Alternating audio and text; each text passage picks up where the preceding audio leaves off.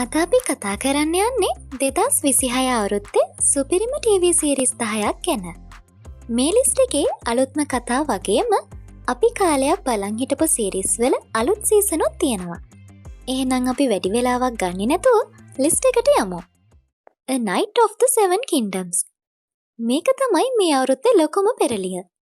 8.7ක ඉහළම IMDb අගයක් හිමි කරගන්න මේ සීරීස් එක සමත් වෙලා තියෙන්නේ Game of Thrones ලෝකයට අවුරුදු 90කට කලින් වෙච්ච කතාවක් එක්කයි.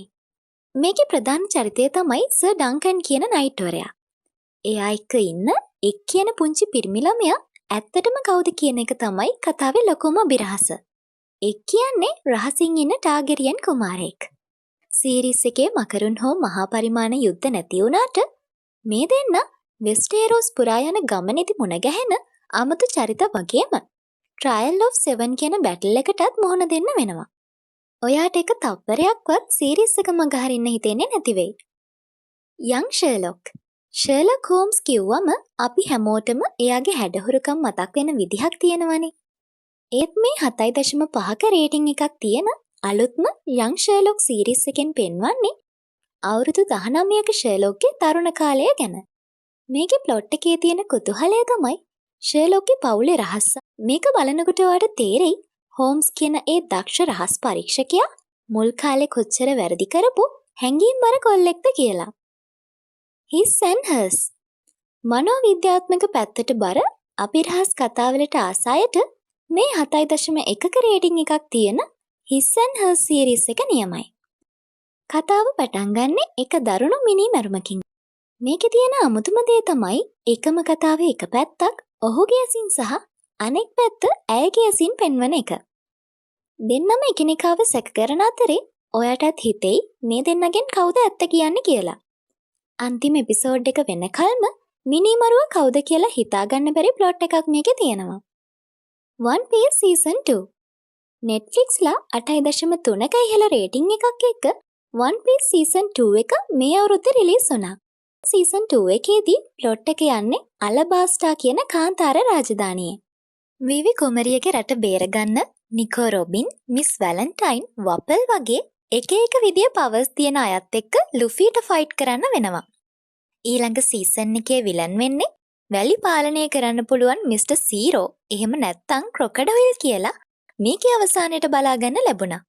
මීට කලින් ලුෆී මුහුණ දුන්නේ නැති විදිහේ දරුණු සටන් සහ චොපා වගේ අලුත් යාළුවෝ මේ කතාවට එකතු වෙන නිසා මේක ඔයා අනිවාර්යයෙන්ම බලන්න ඕන එකක්. The Night Manager Season 2. අවුරුදු ගණනාවකට පස්සේ ජොනතන් පයින් නැවතත් The Night Manager Season 2 එකෙන් 8ක රේටිං එකක් හිමි කරගෙන ආපහු ඇවිත් තියෙන්නේ.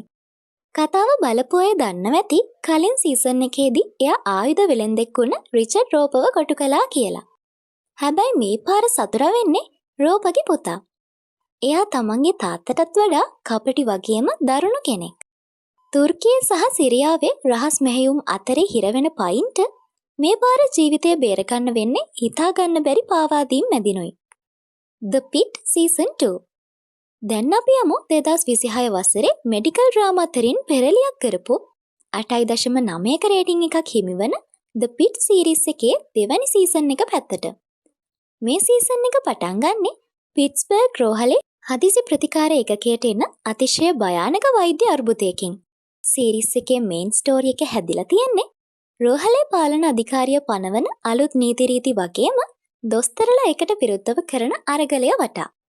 සීරීස් එකේ තියෙන ලොකුම කුතුහලය තමයි රෝහල ඇතුලේ සිද්ධ වුණු අපිරහස් සැත්කමක වැරදීමක් නිසා ඇතිවන නීතිමය ගැටලුව. නිකම්ම ලෙඩ සුව කරන කතාවකට වඩා වර්තමාන සෞඛ්‍ය පද්ධතියේ තියෙන අඳුරු පැතිකඩක් මේ සීරීස් එකෙන් ඔයාලට බලා ගන්න පුළුවන්. ස්ටීල්.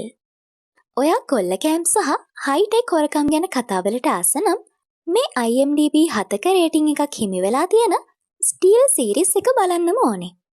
මේකේ හැම එපිසෝඩ් එකකම එක මෙහෙයුම් තිබුණත් ප්‍රධාන කතාව යන්නේ ලෝකේ අනාරක්ෂිතම ඩිජිටල් වෝල්ට් එකක් කොල්ල කන්න යන ටීම් එකක් ගැන. හැබැයි කණ්ඩායම ඇතුළේ ඉන්න හැකර් වගේම ලීඩ් අතර තියෙන රහස් නිසා කතාවේ ප්ලොට් එක අන්තිමේදී හිතා ගන්න බැරි පැත්තකට කැරකෙනවා. CIA. ටොම් මෙලිස් රඟපාන මේ 6.1ක රේටිං එකක් තියෙන CIA සීරිස් එකේ ප්ලොට් එක ගොඩනගෙන්නේ CIA ආයතනයේ වැඩ කරන ඉතාම බුද්ධිමත් ඒ වගේම අභිරහස් නිලධාරියෙක් වටා.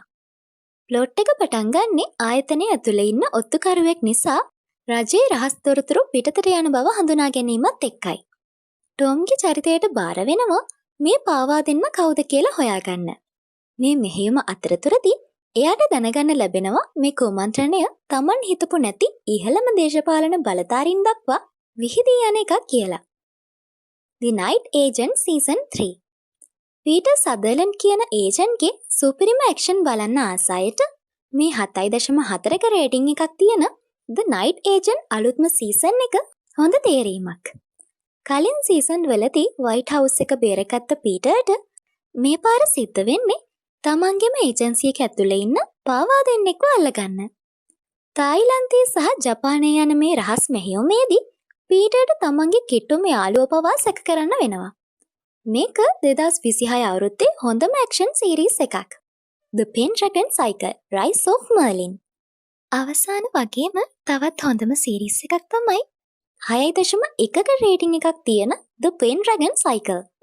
මේක ආතර් රජුගේ කතාවට කලින් වුණ දේවල් ගැන කියවෙන ෆැන්ටසි සීරීස් එකක්.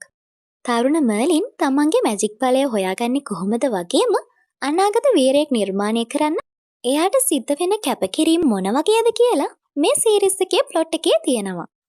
විෂුවල් ඉෆෙක්ට්ස් සහ කතාවේ තියෙන අභිරහස් බව නිසා මේක 2026 අවුරුද්දේදී ඔයා අනිවාර්යයෙන්ම බලන්න ඕන එකක්. ඉතින් ඔන්න ඔය ටික තමයි 2026 අවුරුද්දේ මම ඔයාලට යෝජනා කරන සුපිරිම TV සීරීස් 10. මේ අතරින් ඔයා බලන්න පටන් ගන්නේ මොන සීරීස් එකද කියලා පල්ලෙහාන් කමෙන්ට් එකක් දාන්න.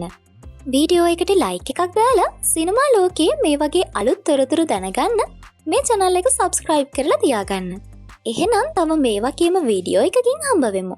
සුබ දවසක්.